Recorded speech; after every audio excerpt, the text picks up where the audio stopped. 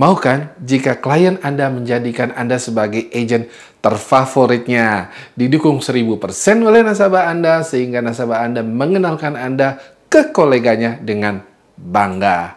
Simak terus video ini sampai habis karena ada tips menarik di akhir video ini untuk Anda.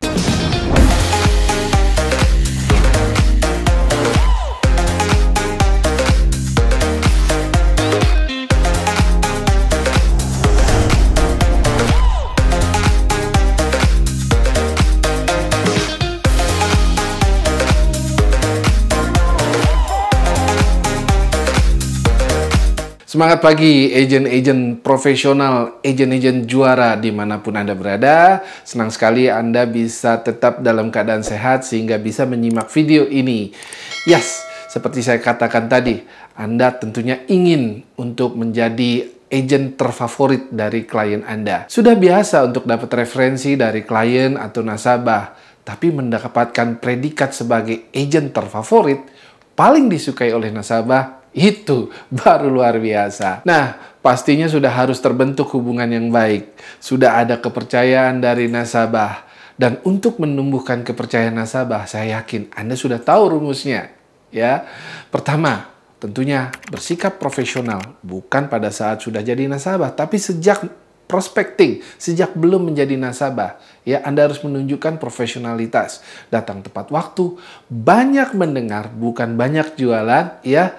Empati di dalam mendengar, ya. 2, keep in touch, ya. Kalau udah jadi nasabah ataupun belum jadi nasabah sekalipun, keep in touch, ya. Jaga hubungan baik, ya. Ucapan selamat ulang tahun, ucapan hari raya, bukan cuma itu. Mengirimkan artikel-artikel yang diperlukan yang kira-kira sesuai dengan dia, sesuai dengan hobinya, itu akan menjadi luar biasa. Ketiga, jangan sekedar memberikan customer service, tapi lakukan yang namanya customer relation. Apa bedanya? Customer service sifatnya pasif, menunggu. Ya, jika klien Anda misalnya berganti alamat, ya, atau klien Anda sedang klaim butuh bantuan Anda, ya, atau bertanya tentang polisnya dan sebagainya. Intinya mereka melakukan pertanyaan dan Anda menjawab. Sifatnya kita menunggu. Ya, pasif.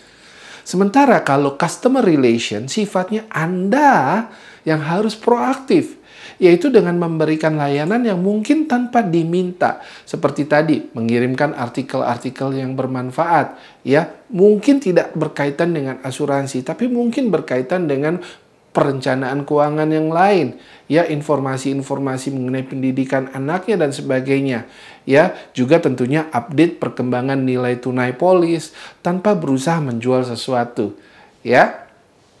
Keempat, nah ini lebih intim lagi. Kalau tadi ada customer service, kemudian customer relation, ini lebih tinggi lagi sifatnya, yaitu yang namanya customer experience, ya. Nah, di sini Anda bersama-sama dengan nasabah, bersama-sama dengan klien, mengalami kebersamaan dalam peristiwa-peristiwa yang bersama-sama. Misalnya, Anda bisa sesekali, ya, ngobrol, ya, silaturahmi, ngopi, ya, bikin gathering bersama-sama, ya, mungkin acara nobar dengan agensi Anda, dengan mengundang klien-klien Anda, ya.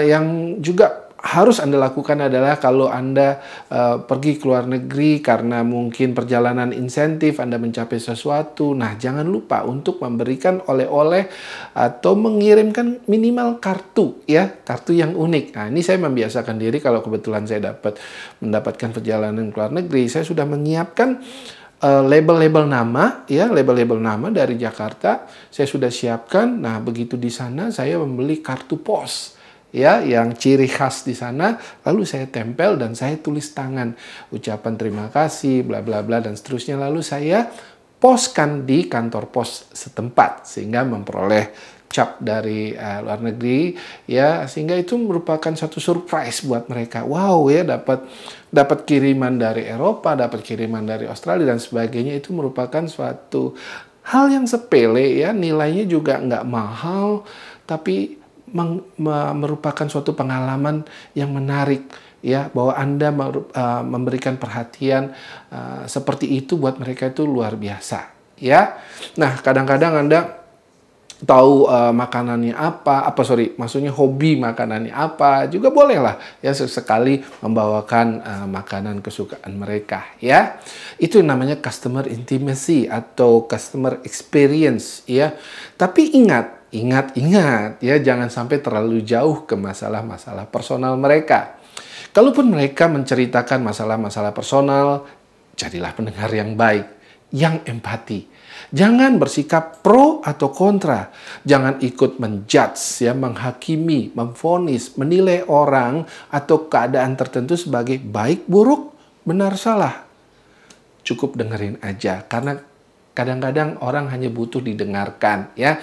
Ingat juga, jangan ember, ya. Jaga kerahasiaan, jangan diomongin, oh si anu, jangan, ya. Oke. Dan yang kelima, langkah kelima ini penting, ini yang jarang dilakukan. Dan saya pikir ini langkah strategis, teman-teman. Adalah ambil waktu yang pas untuk sharing visi, misi, dan prinsip-prinsip bisnis Anda. Ya, nah ini gimana caranya? Anda katakan seperti ini. Misalnya, ini contoh langsung ya. Misalnya, apakah Bapak Ibu berkenan mendengarkan alasan kenapa saya menjalankan profesi ini? Ya, atau Pak, boleh ya saya cerita sedikit, saya sharing sedikit kenapa saya menjalankan profesi ini. Ya, kenapa saya melakukan hal ini? Ya, mengapa saya melakukan pekerjaan ini sampai dengan sekarang? Ya, minta izin dulu tentunya. Saya garansi teman-teman, terutama untuk klien-klien orang Indonesia, ya saya garansi nggak ada prospek atau nasabah yang menolak untuk Anda ceritakan. Ya, lalu ceritakanlah asal muasal yang membuat Anda menjalankan profesi ini, misi Anda, cara-cara Anda menjalankan bisnis ini. Contoh aja ya, ini yang saya lakukan. Ya, Pak, boleh ya sambil kita ngobrol, saya sedikit sharing mengapa saya menjalankan profesi ini ya sebagai agen asuransi jiwa. Ya, pasti dia kasih izin. Oh, sure, no problem. Oke. Pak, saya bersyukur orang tua saya sejak lama sudah mempersiapkan biaya pendidikan kuliah saya melalui asuransi.